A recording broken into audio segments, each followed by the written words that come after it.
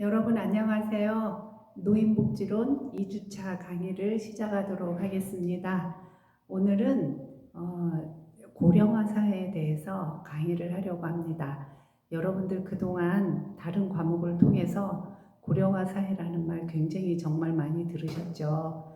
정말로 사회복지과 1학년 1학기 돼서부터 지금 3학년 2학기에 이르기까지 제일 많이 들은 단어 중에 하나가 고령화 사회라는 단어일 것입니다.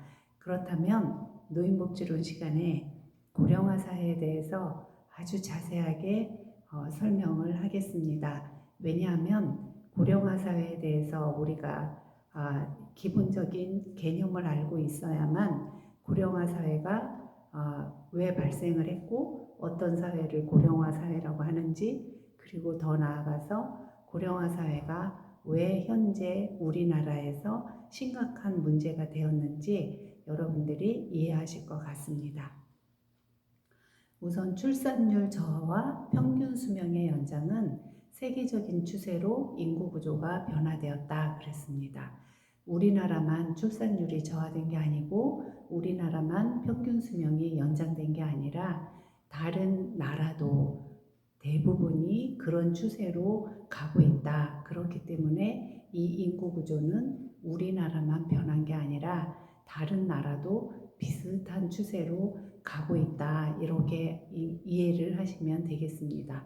그런데 제가 간혹 우리 학생들한테 수업 시간에 들은 질문 중에 하나가, 교수님 출산율이 낮은 거하고 고령화 사회가 빨리 된 거하고 무슨 관계가 있어요? 하고 물어보는 학생들이 있어요.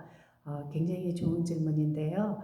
출산율이 낮다라고 하는 것은 새로 태어나는 아기 수는 점점 줄어가는데 평균 수명이 연장됐다는 것은 너무 오래 사는 노인들이 늘어났다는 거잖아요. 그런데 우리가 전체 인구 중에 65세 이상 노인이 몇 퍼센트이냐, 그 노인 인구의 비중을 가지고 고령화 사회다, 고령 사회다, 초고령 사회다 이렇게 구분을 하거든요.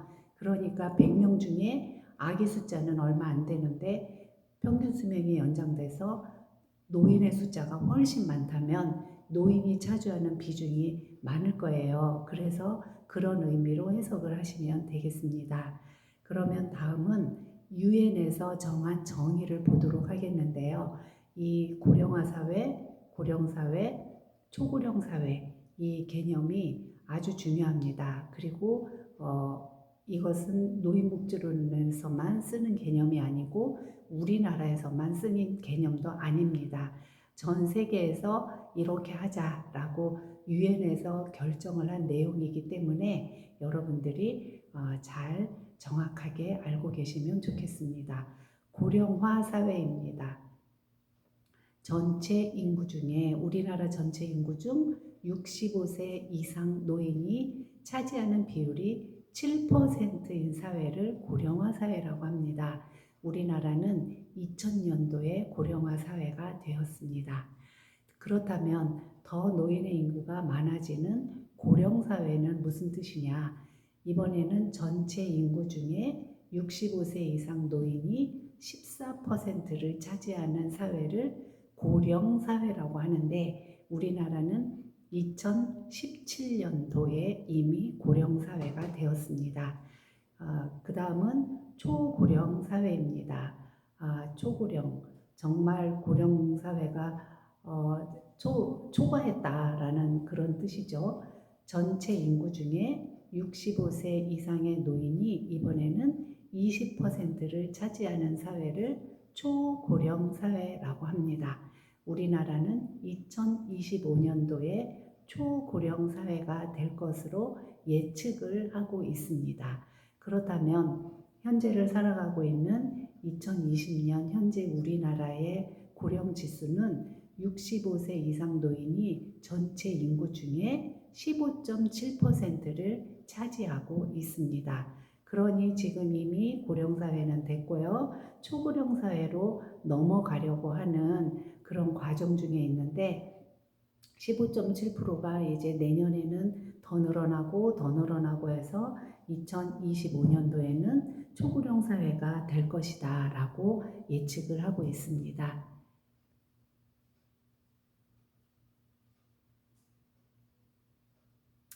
그런데 우리가 여기에서 고령화 속도라는 개념을 좀 보도록 하겠습니다.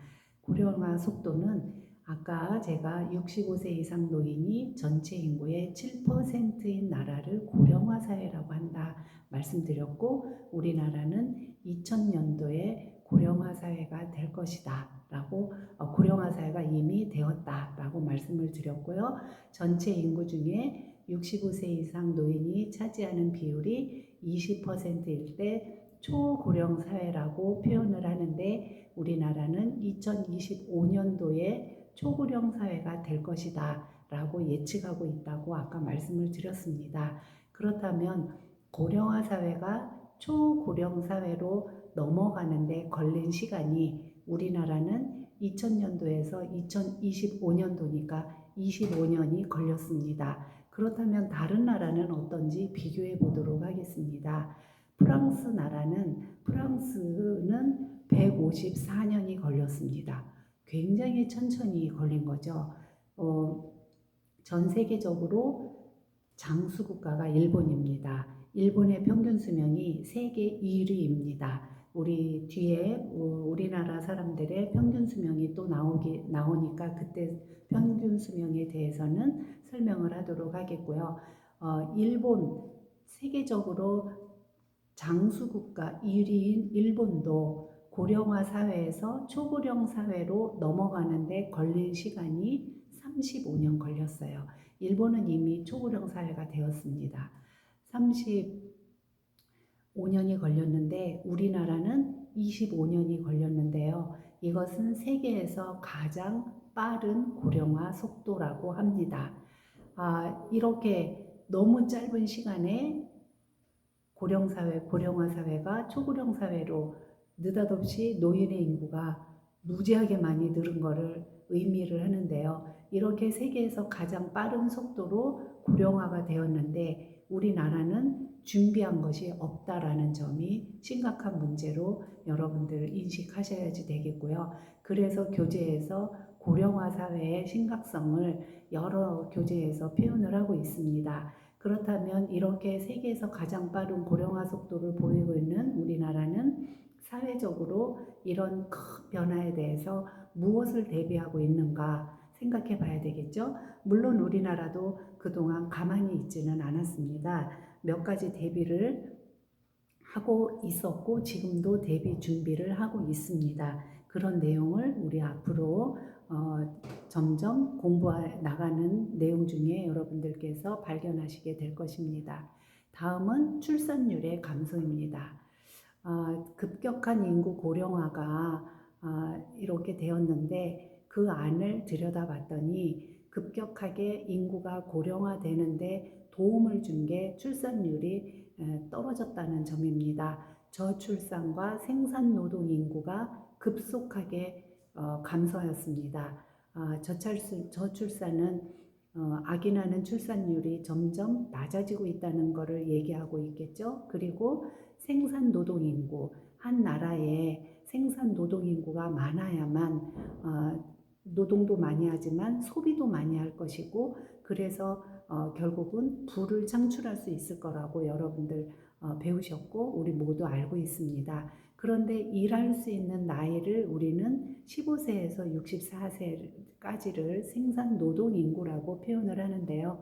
생산 노동 인구는 줄어들었습니다. 그 이유는 앞에 나와 있는 것처럼 출산율이 매우 낮아졌기 때문에 생산 노동 인구는 줄고 있는데 부양을 받아야 되고 케어를 받아야 될 노인의 인구는 이렇게 급속도로 늘어난 게 우리나라의 문제라고 보시면 되겠습니다.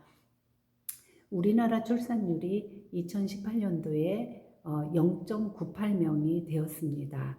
이게 통계청에서 조사를 한 내용을 제가 옮겨봤는데요. 0.98명이라고 하는 뜻은 이제 인구가 감소하고 있기 시작을 한다는 것을 의미합니다.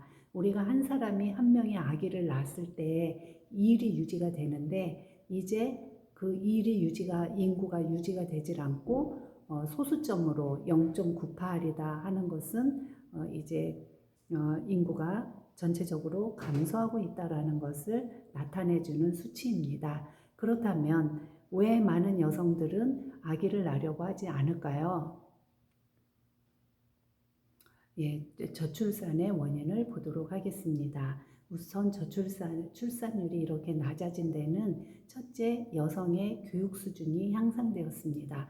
여러분들도 직장을 갖기 위해서 우리 여학생들 대학에 오셨죠? 이렇게 예전에 비해서 많은 여성들의 교육 수준이 향상되었고요. 두 번째는 교육받은 것을 토대로 해서 직장을 갖게 됩니다. 그러다 보니까 여성의 사회 참여도 예전에 비해서 굉장히 많이 늘었습니다. 그리고 일을 열심히 하다 보니 결혼에 대한 가치관이 달라졌습니다. 어떤 여성은 결혼해서 사는 것보다 일하면서 사는 것이 훨씬 더 행복하고 즐겁다고 생각을 할 수가 있다는 거죠. 그리고 요즘에는 결혼은 필수가 아니라 의무가 아니라 선택이다라고 생각하는 우리 젊은 학생들이 굉장히 많다는 것을 저도 보았습니다.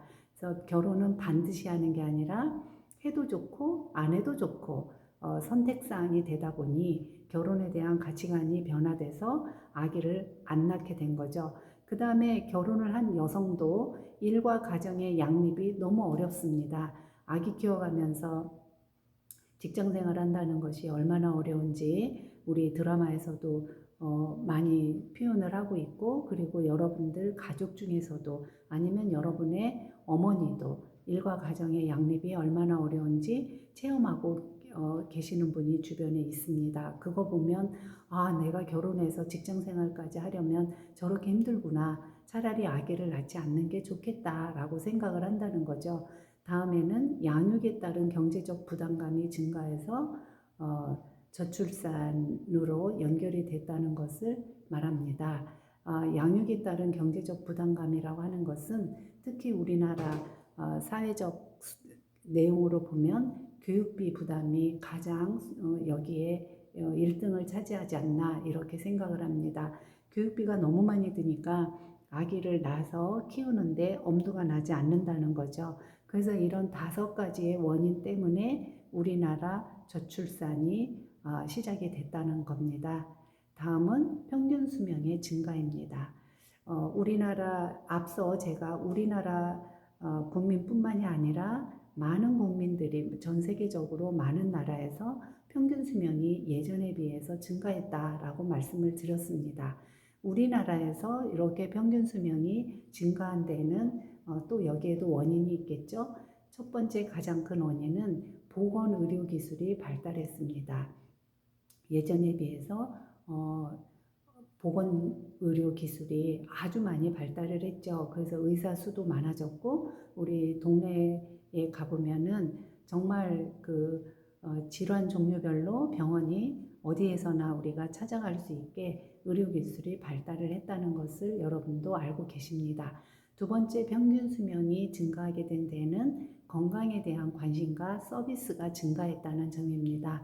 우리 건강에 대해서 굉장히 관심 많죠. 특히 노년기에 보면은 모든 세미나나 모든 관심, 정보 이런 것들이 건강과 관련해서 정말로 많은 정보들이 넘쳐나고 있는 세상에 우리가 살아가고 있고, 거기에 따라서 서비스 역시 증가하였습니다. 세 번째로는 영양, 안전, 위생환경 개선과 같은 생활 수준이 전반적으로 향상되었다는 것을 우리가 알 수 있습니다. 예전에 비해서 배고픈 사람 수도 굉장히 많이 줄어들었고, 그리고 위생환경은 진짜 많이 좋아졌습니다.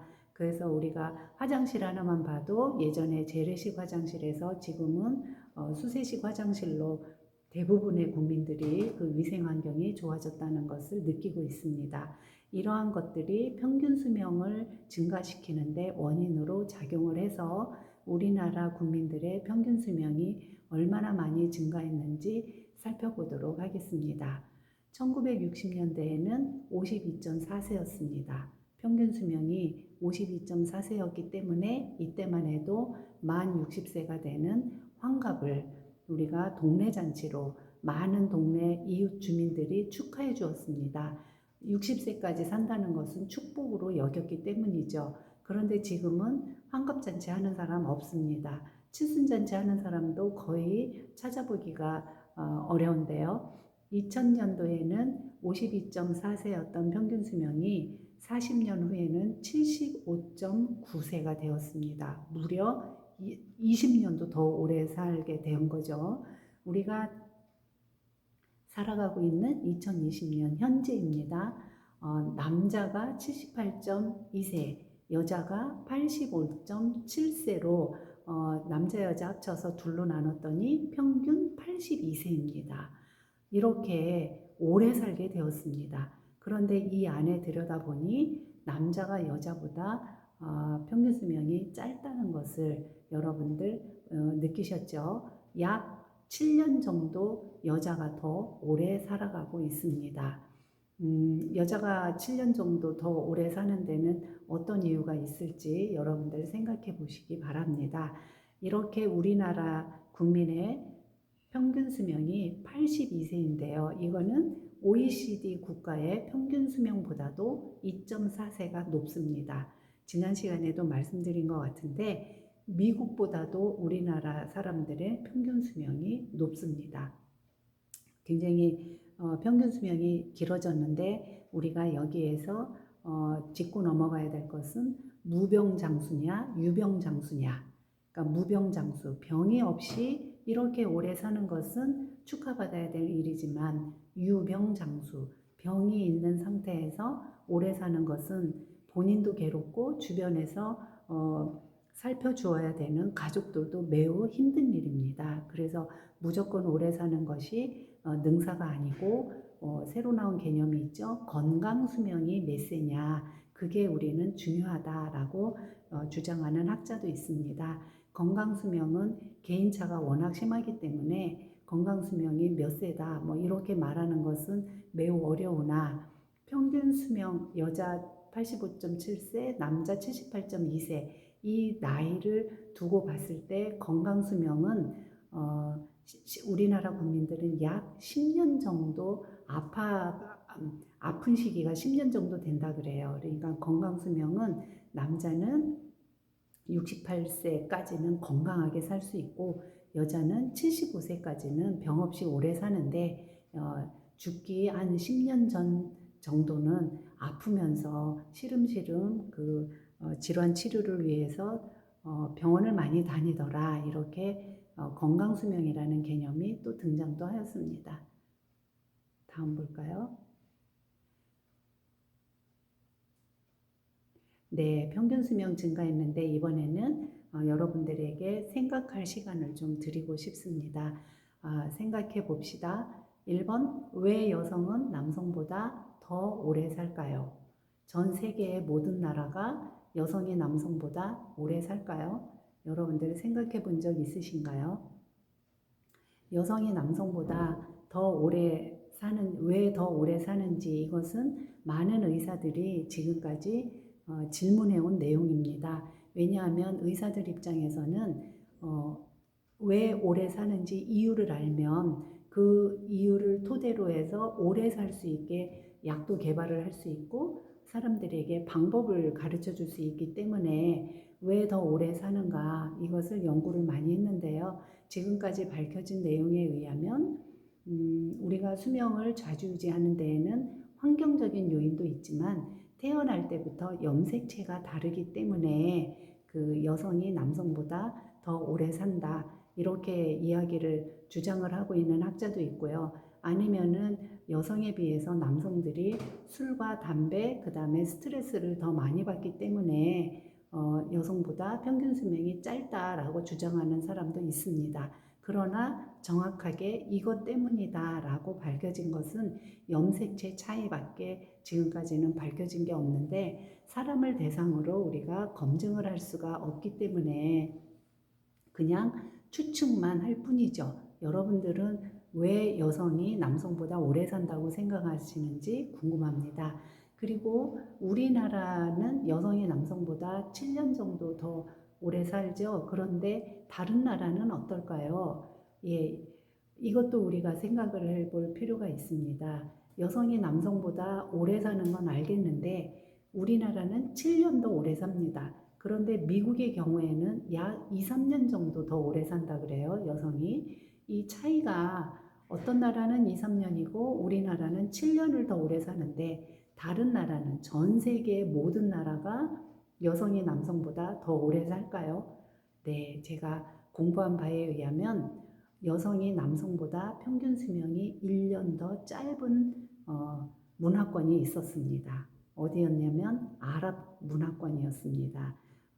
여러분들 다 아시는 것처럼 히잡 쓰고 다니는 그 아랍 문화권에서는 여성이 남성에 비해서 인권이나 여러 가지 환경 면에서 훨씬 더 낮은 생활을 하고 있습니다. 다르게 얘기하면 남성이 굉장히 우월하고 훨씬 더 여성에 비해서 남성이 우세한 위치에서 좋은 환경에서 살아가고 있고 우리 여성의 인권이 매우 낮은 나라가 이제 히잡 쓰는 문화를 가진 나라들이죠. 그 히잡을 쓰는 그 자체부터가 여성에 대한 차별이잖아요. 그래서 이제 통계에 의하면 그 아랍 문화권에서 여성이 남성보다 1년 정도 평균 수명이 짧은 걸로 그렇게 나타났습니다. 네, 이번에는 인구 구성비를 보도록 하겠습니다. 여러분들 이 그림이 네 개가 있는데요. 1980년대 그림을 보면은 이게 피라미드 모형을 이루고 있습니다.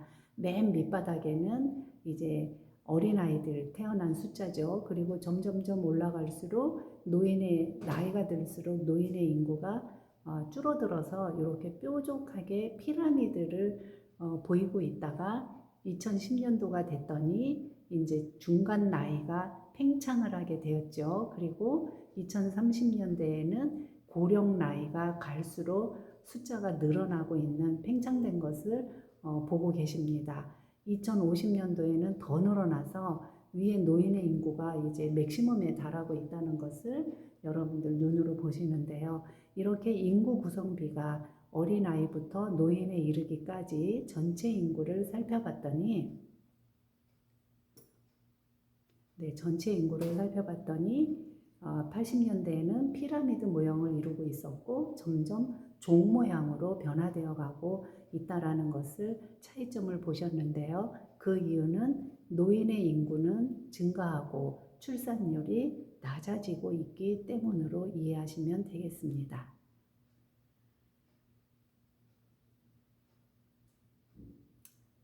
네, 다음은 노인 인구의 특성 변화를 보도록 하겠습니다.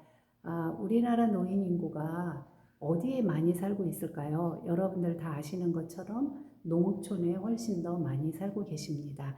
그래서 농촌의 고령화 속도는 우리 도시보다도 훨씬 높아서 농촌의 고령화는 25.8%입니다. 65세 이상의 노인이 25.8% 차지하고 있다라는 거죠. 그 다음에 도시는 13.3%입니다. 그러다 보니까 우리 농촌에 가게 되면은 노인들만 모여서 사는 것처럼 보이죠. 이렇게 거주 지역에 따라서 노인 인구의 분포가 다르다는 것을 알 수가 있는데요. 그렇지만 우리나라 전체 노인 중에 86%가 도시에 거주하고 있습니다. 그러니까 농촌은 인구 자체가 많지 않은데 노인이 많다 보니까 고령화 속도가 25.8%고 도시는 젊은 사람들이 많이 살고 있어서 노인이 차지하는 비율이 13.3%로 나타났습니다. 우리나라 65세 이상 전체 노인 중에 86%가 도시에 거주하고 있다는 것을 여러분들 아시면 되겠습니다. 그런데 그 중에서도 특히 노인의 비율이 높은 지역을 봤더니 제일 많은 지역이 전라남도 22.3%, 경상북도 19.8%, 전라북도 19.7%. 그런데 노인의 비율이 낮은 지역은 1위가 세종시이네요. 세종이 이제 새로 생긴 도시인데다가 젊은 사람이 많다 보니까 노인의 비율이 8.9%. 그 다음에 울산, 현대그룹이 현대그룹에 근무하는 사람이 울산 시민의 절반 정도가 된다는 말이 있을 만큼 젊은 사람들이 많은 도시죠.